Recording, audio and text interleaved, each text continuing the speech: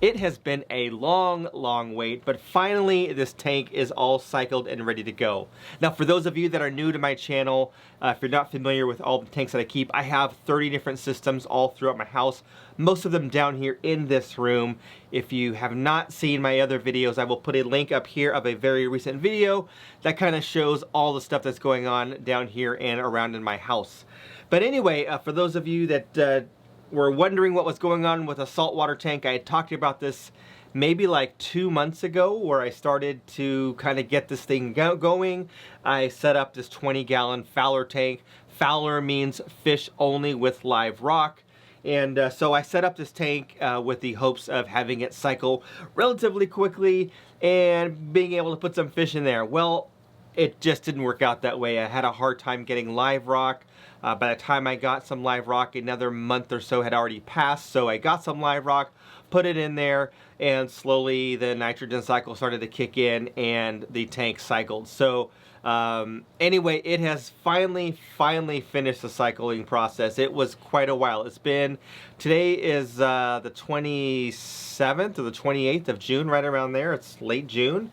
I think yeah, whatever it is. Anyway, it's the end of June, and I set this thing up on April 20th. So it's been over 2 months before it was finally okay for me to put fish in there. So for those of you that are not familiar with the nitrogen cycle, and I'll probably make a video about this in the near future, but it is important to make sure that your tank is ready to go before you add fish in there, because you could kill the fish by having toxic levels of ammonia or nitrites in your tank. So we don't have that, we're good to go, and I did kind of do a little bit of rescaping with some of your suggestions, and I got some clownfish.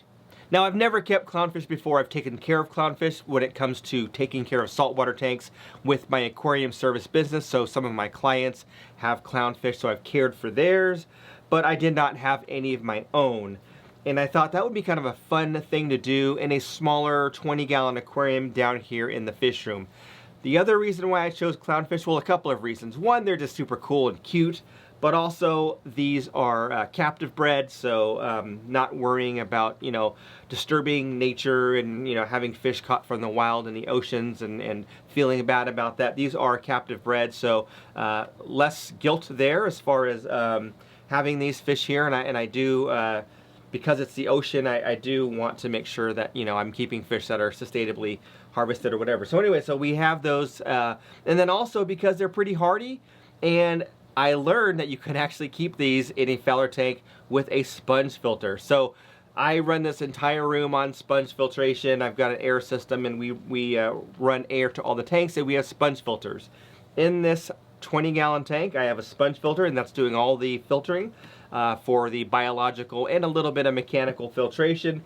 And then I did add a power head in there. So a lot of you had commented in one of my videos from a while ago that it would be wise for me to put something in there to kind of create some water movement and some flow that would also, good for the fish as far as, their activity, but also just being able to circulate water in the tank. So I did do that. I put a power head in there along with the sponge filter. So we are moving some water around, and we've got lots of filtration and aeration, and they are doing quite well. Now, basically, setting up a FOWLR tank is very similar to setting up a freshwater tank. The only real difference between the two is you're adding salt. And when you add salt, you need to measure the salinity or the specific gravity to make sure that you have the right salinity or specific gravity for the tank. Now, I have this set up at 1.020. Being a FOWLR tank and being clownfish, and I've actually witnessed clownfish in brackish water, so less of a necessity to have a higher specific gravity or salinity level. So I have it at 1.020, and I'll probably keep it anywhere between 1.018 to 1.021 or right around there. But what I did is I acclimated them. So I brought the fish home and acclimated them to this water as far as the salinity is concerned, and then added them. But setting up a saltwater tank is very much like setting up a freshwater tank, especially if you don't have any corals. When it comes to corals, that's a whole nother ball game. You need different types of equipment, special lighting, etc. But for a FOWLR tank, you don't even really need a light. You just need to have a tank and some sort of filtration and the ability to make salt water and the ability to measure it. The cycling process is very similar, This took a little bit longer than other systems that I have because I wasn't able to just pop in a sponge filter from a freshwater tank because the bacteria is a little bit different. But anyway, we got it running and it is all set, and so far the clowns have been fine. They've been in here for a few hours now. They've eaten a couple of times. I fed them some brine shrimp and they swam around and ate the brine shrimp. They've been exploring the area, swimming in and out of the rocks, and that's about it. Now, some of you had mentioned that it might be nice for me to put an anemone in there, and while that does sound like a good idea to have an anemone for hosting, this doesn't have the right lighting to take care of an anemone. They do require some different kind of lighting. Although it, you know, I don't want to, you know, set them up for failure, so I don't think that that would be beneficial. And then additionally, I don't really think it's necessary because they're not having to hide from any predators or anything. There isn't anything else in that tank that's going to give them a hard time. They're going to be the only inhabitants besides some invertebrates I'm going to get, so nothing's going to really pick on them or give them a hard time. And yeah, I was thinking about maybe doing like a faux anemone, but I have not been able to find one that looked real. I have played with some in the past and put them in customer tanks, but I've never really found one that really looks like a real anemone to me. So anyway, if you do know of one, then comment down below and put it down in the description or in the comments down below so I can take a look at that if you do know of a fake faux anemone that is available. Well, that's about it. Just a short video. Wanted to share with you guys that I finally got this saltwater tank set up. I do love that it's right here next to my chair down here, so I can sit here and kind of look at it. I can see pretty much all of my tanks. I can't see this one behind me or this one back here, but I can see my Oscars, my African cichlids, my mud skippers, my blennies, my blackwater tank, my Congos, my Mbuna. I can even, you know, turn and look at my peacocks and then turn and look at these clownfish. So a great place for me to sit and just kind of enjoy all of my tanks.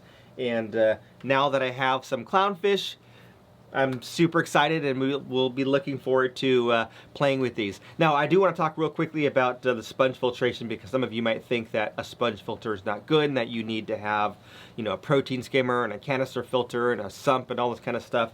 But I'll tell you that the Fish Tank Barn, which is another YouTube channel, and he actually breeds clownfish, he has a bunch of his clownfish tanks set up just running on sponge filters, and that's actually what gave me the idea.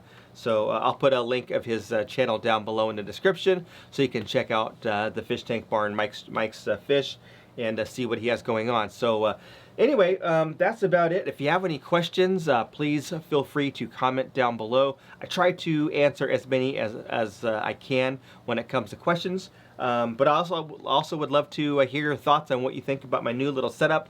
I'm not like a great aquascaper. I'm not exceptional at putting hardscape together or anything, although I do try, and sometimes the results are good, like my mud skipper tanks, or other times it's just kind of thrown together.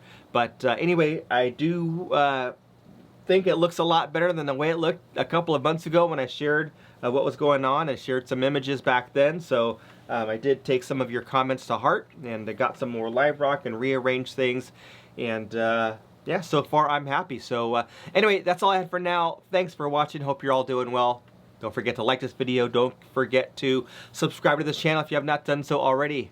Catch you on the next one. All right, before we go, I got a quick question for all of you. I'm not a big fan of fake stuff, and that's one of the reasons why I didn't get that faux anemone. But I do have this piece here. I've had this for a while. It's sitting in one of my boxes in storage here. It's like some fake coral, but it's kind of nicely done.